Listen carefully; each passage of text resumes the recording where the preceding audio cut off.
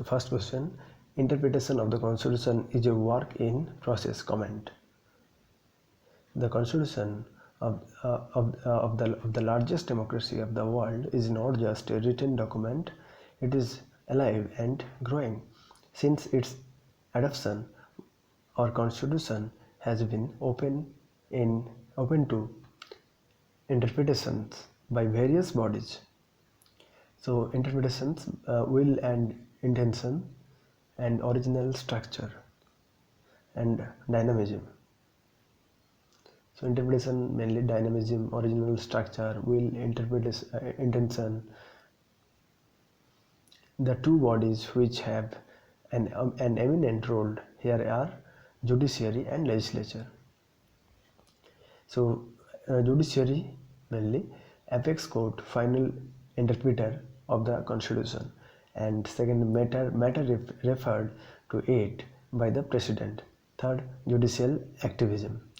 And legislature mainly frames laws abiding by the constitution and makes amendments to the constitution.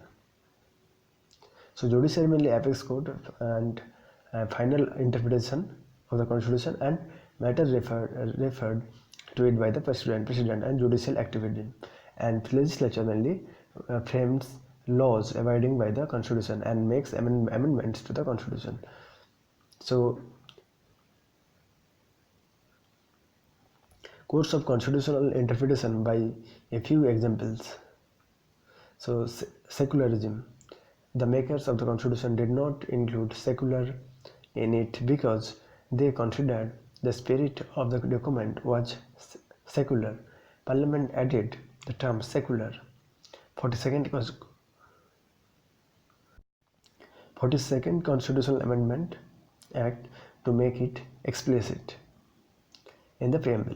So fundamental rights and DPSP. First Constitutional Amendment Act precedents to DPSP. Next, Goloknath case, fundamental rights sacrosanct. 25th Constitutional Amendment Act, it is precedents to DPSP, and unlimited rights to legislature to amend the constitution.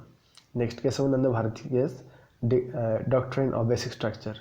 The above chronology of events share how fundamental rights and DPSP were interpreted by judiciary and legislature differently.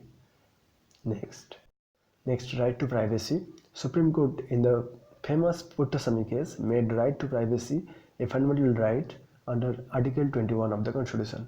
And reservation policy, Constitution provides for making special representation and reservation for women, SC/ST, and weaker sections. SC put for 50% cap, okay, and various castes exceeded the cap, that is Tamil Nadu. Passive euthanasia, okay. SC made right to die with dignity a fundamental right under Article 21.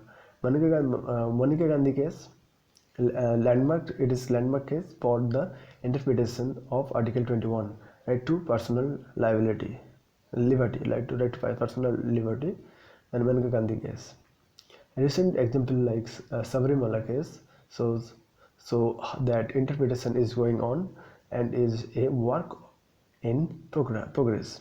Indian Constitution completed 70 years of its adoption and is a source of interpretation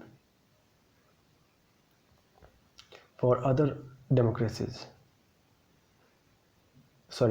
Indian Constitution completed 70 years of its adoption and is a source of inspiration for other democracies. In a world where half the constitutions are already